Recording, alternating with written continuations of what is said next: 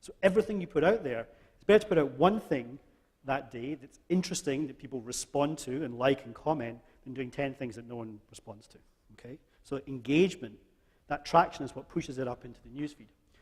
So what do we want audiences to do? But how should this affect the organization? Okay, because social media is more than marketing.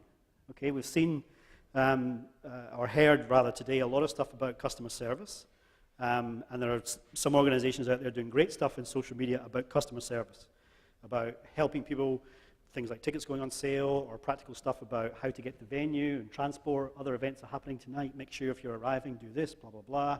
The restaurant next door has got a special on, so on and so forth.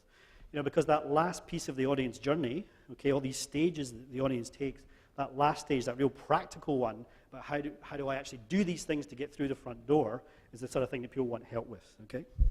But how will that affect the organization? Because we can actually use social media to research huge facets of our organization, okay? And particularly, I think, within the artistic section of the organizations, about choices, okay, and how audiences are responding to works that we might be programming. Let's say we've got a touring production coming in 9 months' time, and we're trying to make a decision on touring product.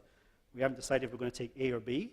Well, social media is going to help us to work out whether we should take A or B. What's the reaction been like to this work elsewhere, using social media as research to help making artistic decisions.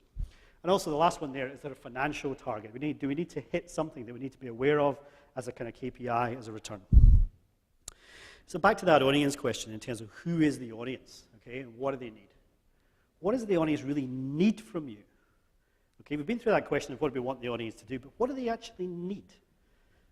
Okay, now you want them to buy your ticket, but when they come to your organization and they're making a choice, what is that inherent need, and how are you providing that to them? What is it that they want from you? What's the demographic, of course? I mean, I think that's already something that you already have deeply considered. But how many different segments can that demographic split into? Because there's some obvious demographics, and I guess the things we hear about from demographics we've done in terms of audience development in the past is we've gone for a kind of youth demographic, or we say, well, we've got to have a different approach for people over the age of so-and-so because they're not really on this media or this media. But can we segment the audience in many, many different ways? You know, people who like X, Y, and Z.